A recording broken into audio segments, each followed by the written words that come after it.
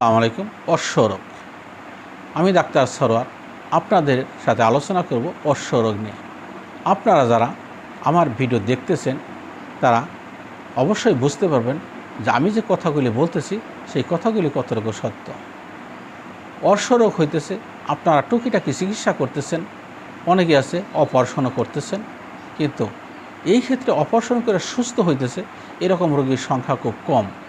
হয়তো কিছু কিছু রোগী আছে অপারেশন করার পরে কিছুদিন ভালো থাকে, আবার 1-2 বছর বা 5-7 বছর যায় আবার নতুন করে এই সমস্ত অসুখ দেখাইতেছে।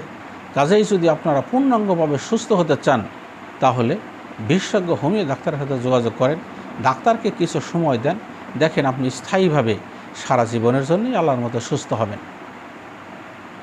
মলদ্বারে সাধারণত 3 ধরনের রোগ হয়ে থাকে: অর্শ, ভগন্ত এবং মলদ্বার বের হয়ে আসা।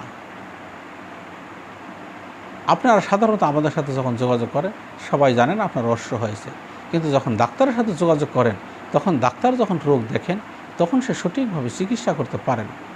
কাজেই যখন রোগ নিয়ে আপনি ডাক্তারের কাছে যাবেন তখন ডাক্তারকে বিস্তারিত আপনি বোঝানোর চেষ্টা করেন আপনার সমস্যাটা কী। যদি আপনি নিজে বোঝাইতে না পারেন, দরকার হলে ডাক্তারকে আপনার অসুখ দেখান, আপনি দেখায় আপনার চিকিৎসা নেন, দেখেন ইনশাআল্লাহ আপনি শর্ট টাইমের ভিতরে সুস্থ হয়ে যাবেন।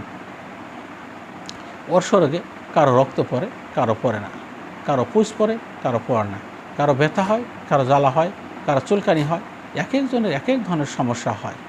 কাজেই এই যে সমস্যাগুলি, এই সমস্যাগুলি যদি আপনি সমাধান করতে চান তাহলে ডাক্তারের সাথে ভালোভাবে আপনাকে যোগাযোগ করতে হবে, আপনার সমস্যাগুলি তাকে বিস্তারিত বোঝাইতে হবে। যদি বিস্তারিত বোঝাইতে পারেন তাহলে আপনি সঠিক চিকিৎসা পাবেন, তাছাড়া সঠিক চিকিৎসা পাওয়া আপনার জন্য কোনো ক্রমেই সম্ভব না। আমি আপনাদের মাঝে বিদায় নিচ্ছি। আসসালামু আলাইকুম।